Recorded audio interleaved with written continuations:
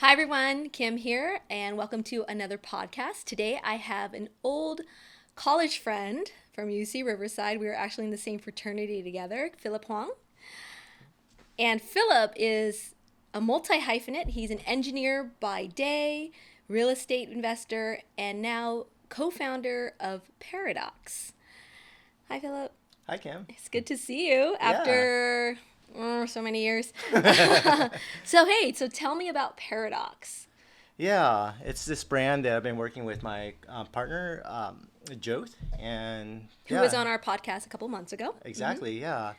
Yeah, it's a brand that focuses on looking within inside of us, and I really loved how the logo came out when I met Joth as an artist, and yeah, the logo resonates with me a lot and has a lot of deep meaning behind it. Okay, so let's go back a little bit further. Like, what's the origin? What's the story of Paradox? Like, how did you create it, and more importantly, why did you create it? Yeah, so both Joth and I, we took this transformational training program, the Mastery and Transformation Training, and I took it almost a decade ago. And then later on, the person invited me. Um, she was staffing as the captain of the team that's going to volunteer for this next group of people going through the trainings. And there I met Joth. And Joth, we had to choose our buddies. And and the way we selected our buddies was to choose a person that you would least likely choose in real life. And it was Joth. So Joth, I'm the one that was the more traditional, went the traditional life in terms of education, college work, and such. And then I saw him all tatted up and just talking really rough, and I was like, wow, yeah, I've never met people like him before. And probably wouldn't choose to get to Yeah. know someone like him, at least outwardly. Outwardly, Yeah. yeah, yeah. But then when I listened to him, he was speaking very deeply, and he was very knowledgeable. And I was like, you know what, this is a person I want to get to know more. And it was somebody that if I were just to walk down the street, I would probably never say hi. And because of this opportunity, I had a chance to meet him. Yeah, that's awesome. Tell me more about with this thing that you signed up 10 years ago. Why did you sign up for that? Yeah, so my friend, she's a very successful patent attorney, and I saw her go through the training, and she invited me and said, "Hey, you should check this out." And I would say that I saw a difference in her in terms of focus and really in terms of accountability and really being committed to the things that she works on. I said, "Wow, I want to see what happened," and Yeah, I for ended up taking the yourself. training. Yeah. Yeah. So you mentioned that, being an engineer, you kind of have that typical engineer personality. Yeah. So can you talk more about that and then how this helped you come out of your shell? Right, right. So everybody goes through the journey and has a different transformation journey, and that's why I love Paradox as well, because what I've learned is the key to transformation is literally looking in the mirror, and when we look in the mirror, we look at ourselves, and that's what it is. And for me, my journey was to um, connect with others, and I was very afraid and very shy of others. If anything, I have a lot of social anxiety around people, and it's great for me to be an engineer because as a career, I can just work on my things and I don't have to talk to anybody. And it was great. So, yeah, when I took the training, there were some exercises, and there's this one exercise that I did, and basically, the exercise was for me to go out and ask somebody if they ever let a dream die. So the question you had to ask someone was, have you ever let your dream die or a dream die? Exactly. Okay. Yeah. And I was with a group of folks, and With a group of folks in the same course as you? in the same course as me. Okay. And a lot of them were like engineers or kind of like similar to me. So I felt very comfortable around them. Okay. So, So other engineers, or just introverts. introverts in general. Okay. So, yeah, I had the exercise to go out and talk to people, and I was so afraid. And I remember we were at the In-N-Out Burger, and literally perfect moment came by. Somebody opened the door. They looked at me. I looked at them, and I just let that moment pass by. And then they went on. Another moment came by. and then I let that moment pass by, and then I saw somebody else in the group that was able to do it, and I would say, "What? How'd you do that?" And he's like, "Just go talk to the person. It's that easy. Just go." Okay. And then I just couldn't do it. I just gave up, and and I just said, you know what, let's just get them food, and then we're in line, and I eventually made it to the beginning of the line, and he said, "Oh, talk to the cash register lady," and I said, okay. I was still a little bit nervous, and when I made my order, she asked me the question, anything else that you want? Would you like? And that's just kind of typical. And then I said, okay, another perfect moment. I'm going to do it this time. And I asked her the question. You did. And I said, have you ever let a dream die? And she's like, I don't know. But what about you? Oh, no. Exactly. And I was like, oh no. She turned the question on me. I freaked, and I just said the first thing that came to the top of my mind, and I said, you know what? I let life pass by so many times, and I don't want that to happen anymore. And I'm kind of done with that. And if anything, and then what happened after that? Once you said those words? Yeah, I really just said, I couldn't let life pass by anymore. So after that, I talked to every single person, and it didn't need to be a perfect moment. I just went for it and just asked. And then later on, I was usually the last person to speak up, but I ended up being first or second. And I chose that, I spoke up and didn't let moments pass away anymore. You're talking about like in your corporate job, in life, in like... It did start off in the trainings because we have a lot of exercises where we just give and talk and just share what we learned. And I was always the last person to share.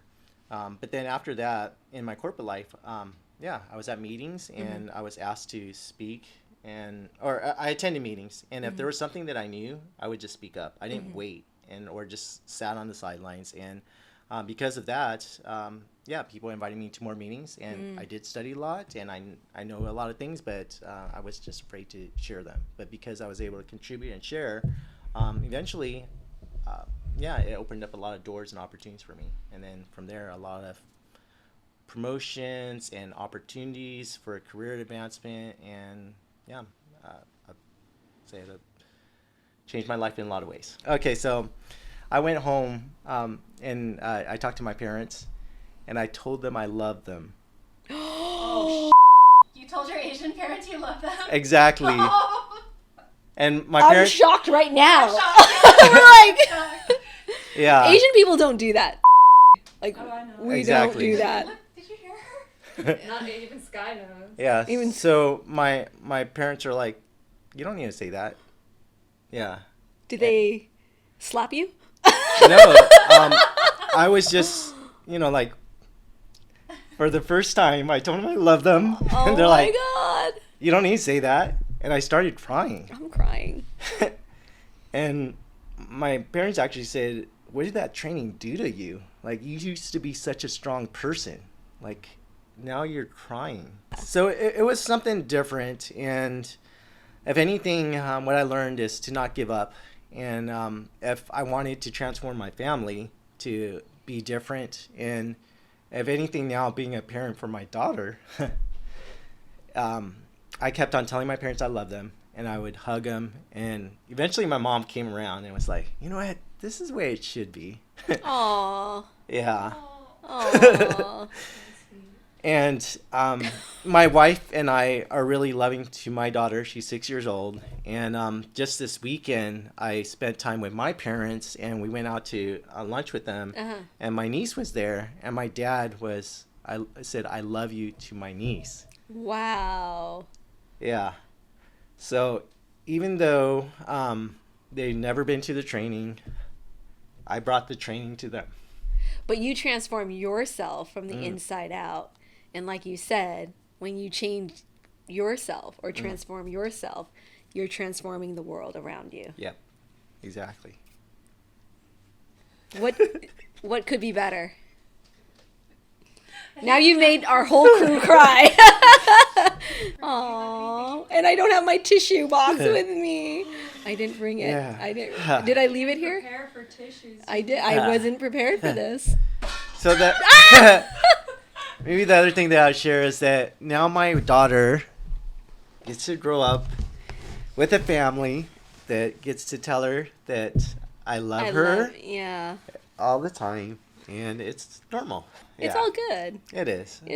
It's not a bad thing. It isn't. It's probably it's difficult. Mm-hmm. It's challenging like this because of how we grew up, like culturally, you and I, Mm-hmm. and perhaps a lot of other, I'm sure, Asian families. It's Mm-hmm. like we're always been told we know we're loved, but it's not through words. It's through action. Yeah. And it's like regimented action, meaning I get up, I feed you, I take you to school. Mm-hmm. I will be home when you get home from school. It's the stability that, at least in my family, that my Yeah. parents gave me was their love.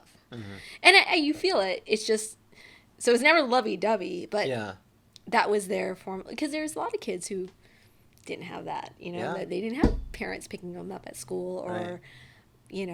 having breakfast. It was very, very regimented and routine, but it also gave me stability. But Yeah. as far as the I love yous, Yeah. did not exist. Yeah, and for me, it's the same way. Like Yeah. I know they love me. Yeah. And later on, they told me they love me. Yeah. And because I know they're so proud of me. And Yes, of course. yeah, but just that I love you and the hug, it was. What is this? That's mind-blowing. Yeah, it is. It's mind-blowing. Yeah. And I think about the book, The Five Love Languages. There's acts of service, which my parents gave me a lot of the. Mm-hmm. There's time, lots of that. The other one, we didn't do as much gifts because we're kind of cheap. But I give my daughters my daughter a lot of gifts, and then also now I have words of affirmation, and then physical, just hugging her. And I don't think our parents were cheap. I just think we're just like broke. Yeah, Or that's no, true. not broke. We're on a tight budget. Yes. All the time. Yes. Yeah. So any way to love us is to like save that money so that we can have a better future for ourselves. Correct. Yeah. Correct. So, correct. but now I get to grow up giving my daughter all five and to show her love in as many ways possible. That if anything, I see her full of joy and love.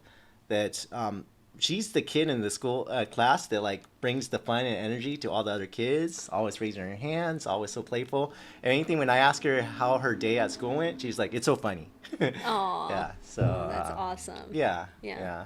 And I'm glad we're what is it called? Unpacking generation. Unpacking generational trauma, but it looks like you're doing a job by stopping it or lessening it. yeah. Not passing that on, Right. perhaps. And whoever thought that you can get that from attending a training, right? This is not stuff that you learn in college. This is stuff that I had to literally go to a different training and go, oh, wow, I have new tools to love and then to bring that home to my family and transform my world in that way. And if anything, with Paradox, it's the same thing, that what we can do for ourselves and bring love into the world. Because what we're doing is transforming ourselves but transforming the world at the same time, and we could use a lot more love in this world. There's a lot of Definitely. a lot of things that people these days on social media that are glued to their phones and don't want to talk to each other, walk by each other every day and not even say hello. We can make a difference for that. And if anything, with Paradox, it can be a conversation starter. Hey, that looks interesting. It's backwards, by the way. Yeah, right. Oh, well, yeah. Yeah. And then we can talk about things like this that we might not ever talk to at all with anybody. Yeah. Awesome. That's amazing. Have you ever stopped or paused to figure out why you were so scared before you crossed over? Yeah, there's in the transformational space, there's a lot of talk about image and being yes. perfect. So for me, being an analyzer and looking perfect, I was the eldest child, and I had a lot of responsibility on me. And if anything, my parents, we weren't that successful in life, and actually we struggled a lot. And if anything, it brought them a lot of pride and joy to talk about me and my achievements. And if anything, I was the perfect kid. I was the one that got the good grades. I was the one that did everything their parents told. The golden child. The golden child did everything that was expected of me, and I would say excelled at that. And but then when it comes to other folks and speaking out loud, if I made a mistake, I kind of had that self-doubt, self-beat up. I made a mistake, and I'm afraid of making mistakes. And that's basically what it comes down to, is making mistakes and being afraid of making mistakes. So after you spoke to that person at In and Out, you realized it wasn't that bad. Yeah. It wasn't that scary. Well, it goes back to letting moments pass by, because I needed to wait for the perfect moment. And I realized that every moment is a perfect moment. And for me, just to take that, another thing that comes out a lot is when we play a sport, we can't win unless we're in the game. And for me to always sit on the sidelines and not even speak, it was me not even playing, just being afraid to even try.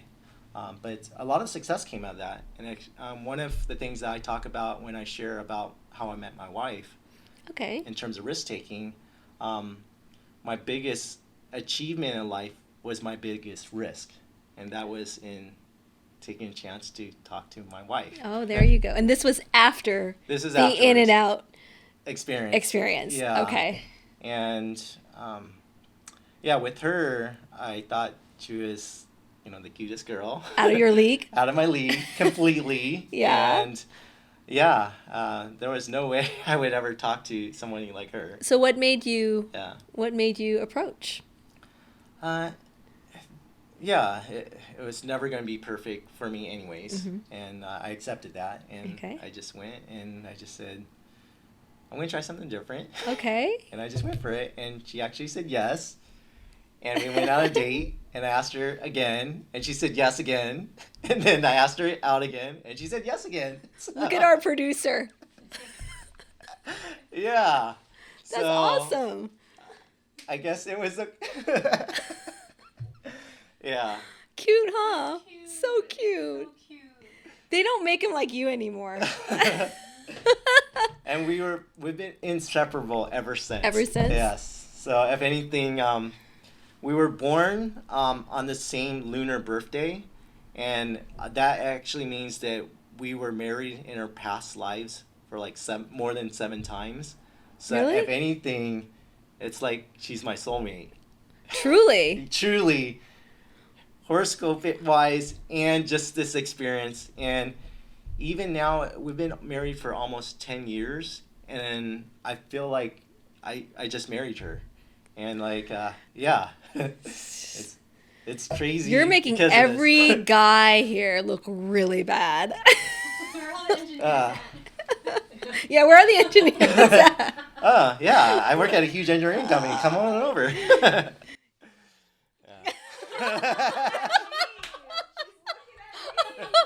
gave you the same look I gave my mom gave you.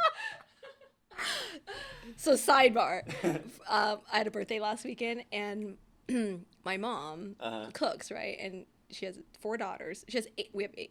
I'm one of 8. None of us cook. None of us want to cook. But she's always willing to give cooking lessons. She's like, come over. I go, Mom. I go, how about I invite my friends over? So they both came over, learned how to make a couple dishes. And then, of course, it comes down to, like, Vietnamese moms, right? Like, awesome. hey, so who has boyfriends? You know, that we went down that road. And then here, lovely we're like, oh, no, she doesn't have a boyfriend. So my mom just gives her this look.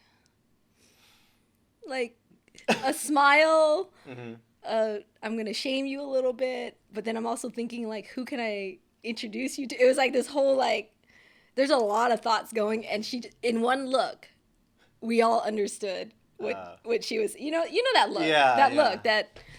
It's actually very prevalent in the Asian community that's why I was so afraid, because it's like that perfection. Right. And that image. Yeah. Because you have to marry, okay, it has to be this kind of person, this kind of degree, and this kind of job, and she has to cook and clean and all that, right? She has to be this perfect wife material. I think, or husband material. Or husband material. Or husband material. Yeah. But anyway, that's a sidebar. But So I didn't mean to look at you like that. I didn't even realize. I didn't even realize. I don't know why. Turning red. Okay. Okay, so moving on. So now that you're here with Paradox, right? You've got this company. You're going to do some coaching.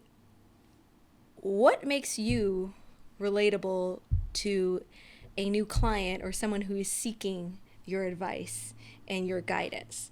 Like, who are you, this successful person now? How are you going to relate to someone who maybe has a failure to launch?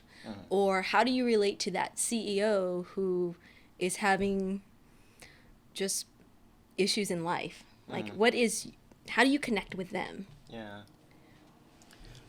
One of the things that is said a lot in the transformational space is that Let's say that again. Oh, Yeah, go one of ahead. the things that is said a lot in the transformational space is that people don't care unless they know that we care.